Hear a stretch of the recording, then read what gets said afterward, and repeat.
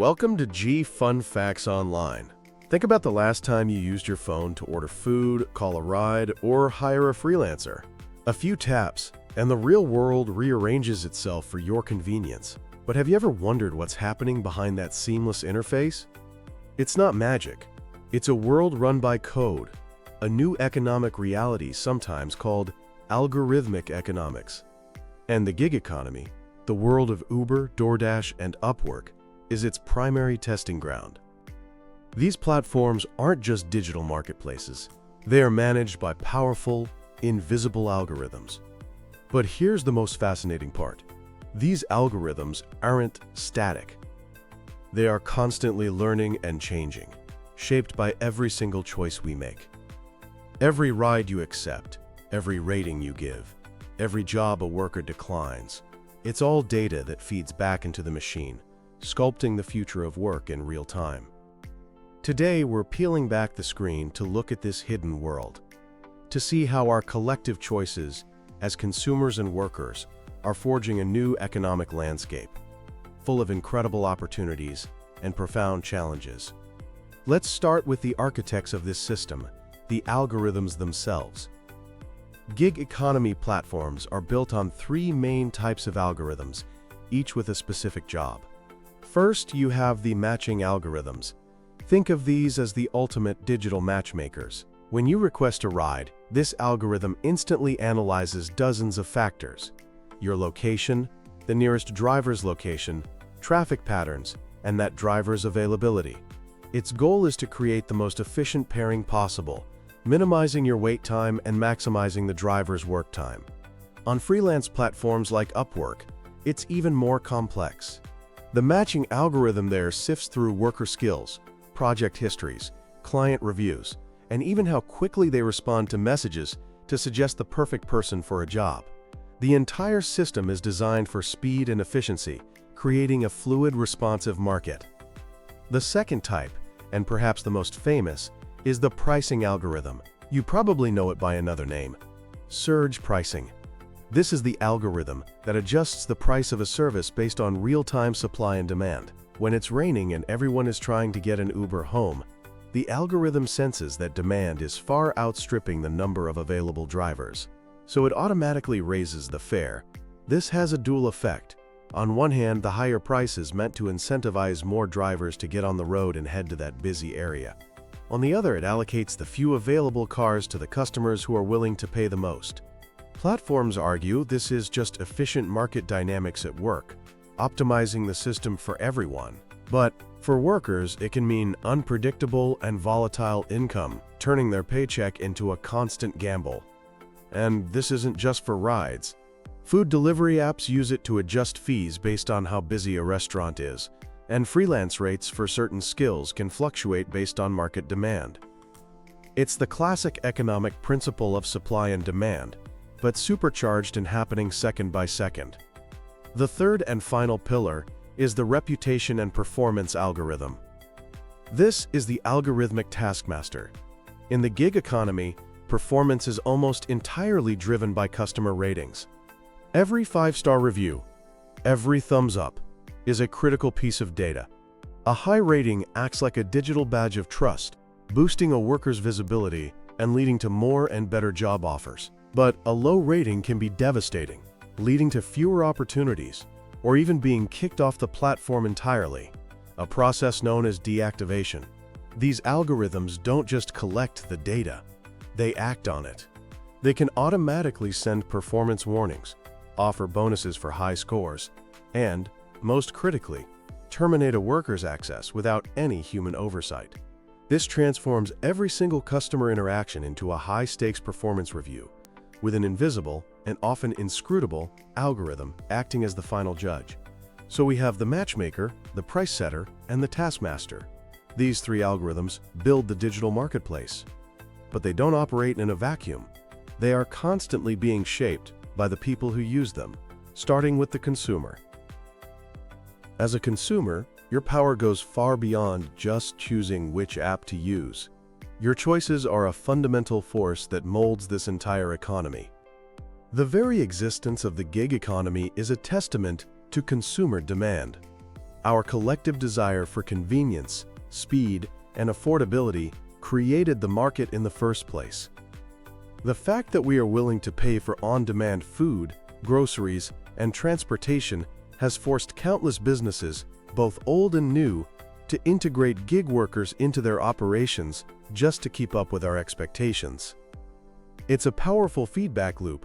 We get used to immediacy, our expectations rise, and the gig economy model becomes even more entrenched. But the most direct way we shape this world is through the rating system. That simple 5-star or thumbs-up review is the primary fuel for the reputation algorithms we just talked about. A good rating is a signal to the platform that a worker is reliable, leading to a positive cycle of more work and better earnings. However, this system is a double-edged sword, and this is where it gets complicated.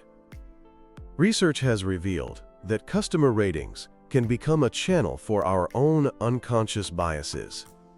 Multiple studies have found that workers from racial minorities often receive systematically lower ratings than their white counterparts for doing the exact same quality of work. One stark study found this bias created a significant income gap, with non-white workers earning just 91 cents for every dollar earned by their white colleagues under a 5-star system. Our individual, seemingly small choices, when aggregated by an algorithm, can amplify societal biases and embed them directly into the economic infrastructure. But here's a fascinating twist that shows how design matters. The same study observed what happened when a platform switched from a 5-star system to a simple binary thumbs up or thumbs down choice.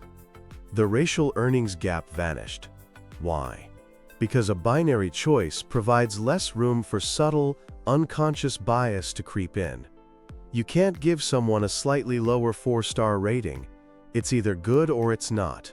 This shows that while our choices are the input, the platform's design of how we make those choices has a massive impact on fairness. Furthermore, we as customers often don't distinguish between a worker's performance and factors completely beyond their control, like a restaurant taking too long or heavy traffic.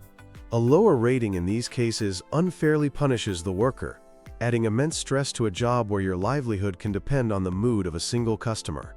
But there's a positive shift happening too. A growing number of consumers are starting to practice what's called conscious consumption. People are asking important questions. Are the workers delivering my pizza being paid fairly? Do they have benefits? Are they treated with respect? This shift in sentiment is putting pressure on platforms to compete not just on price and speed, but also on their social responsibility. Some are even experimenting with letting customers voluntarily contribute to worker benefit funds. Our collective voice as consumers, demanding better, can be a powerful lever for change. Now let's flip the coin and look at the other side, the workers. Gig workers are often painted as passive rule takers, simply responding to the whims of the algorithm. But that picture is completely wrong. They are active, strategic players who are constantly learning, adapting to, and sometimes even outsmarting the very systems designed to manage them. Workers engage in what sociologists call job crafting. They learn to read the algorithm's patterns to maximize their income. This can be as simple as knowing which neighborhoods will have surge pricing at dinner time, or as complex as figuring out the exact acceptance rate and customer rating needed to unlock the best job offers. Sometimes, these strategies become more adversarial. Workers find clever ways to game the system. Some have coordinated with clients to take payments off-platform, avoiding the company's commission. Online communities pop up, where workers share tips on how to manipulate performance metrics. In a famous example, some ride-hail drivers figured out they could coordinate logging off their apps at the same time in a specific area. This created an artificial driver shortage, which then triggered the surge pricing algorithm, boosting fares for everyone when they logged back on. It's a constant cat-and-mouse game between workers trying to secure a better income and platforms updating their code to close these loopholes. One of the most powerful strategies workers use is called multi-homing. This is the practice of working for multiple competing platforms at the same time. A driver might have both the Uber and Lyft apps running, cherry-picking the most profitable ride from whichever platform offers it. This simple act has a huge impact. It prevents any single platform from having a captive workforce. If one company lowers its pay rates, its workers can instantly shift their hours to a competitor. This puts a natural check on a platform's power to push wages down. It forces them to compete not just for customers but for labor. Beyond individual strategies, workers are increasingly organizing. Despite the isolating nature of the work, they are using social media, forums, and dedicated apps to share information, support each other, and coordinate collective action. A powerful example was the #DeclineNow campaign, where DoorDash drivers or Dashers collectively refused to accept low-paying orders. By declining these orders en masse, they forced the platform's algorithm to increase the base pay to get the deliveries completed. This is a new form of labor power, algorithmic collective action. It shows that even a decentralized workforce can exert pressure. A key part of this empowerment is the fight for data transparency. Since platforms hold all the data and all the power, worker-led initiatives are now emerging to collect and share their own data on pay, wait times, and working conditions. By building their own data infrastructure, they can counter the information imbalance, make more informed decisions, and provide concrete evidence of systemic problems to policymakers and the public. When you put all these pieces together, the platform's algorithms, the consumer's choices, and the workers' strategies, you get a complex system that can be understood through the lens of game theory. The gig economy is a multi-sided market, where the decisions of each group directly affect the others. Platforms want to maximize profit by keeping both consumers and workers happy enough. Consumers choose based on price and quality, and their ratings directly influence workers. And workers strategize about when, where, and for whom to work based on the incentives created by the platform and consumer behavior. It's a delicate and often volatile balancing act.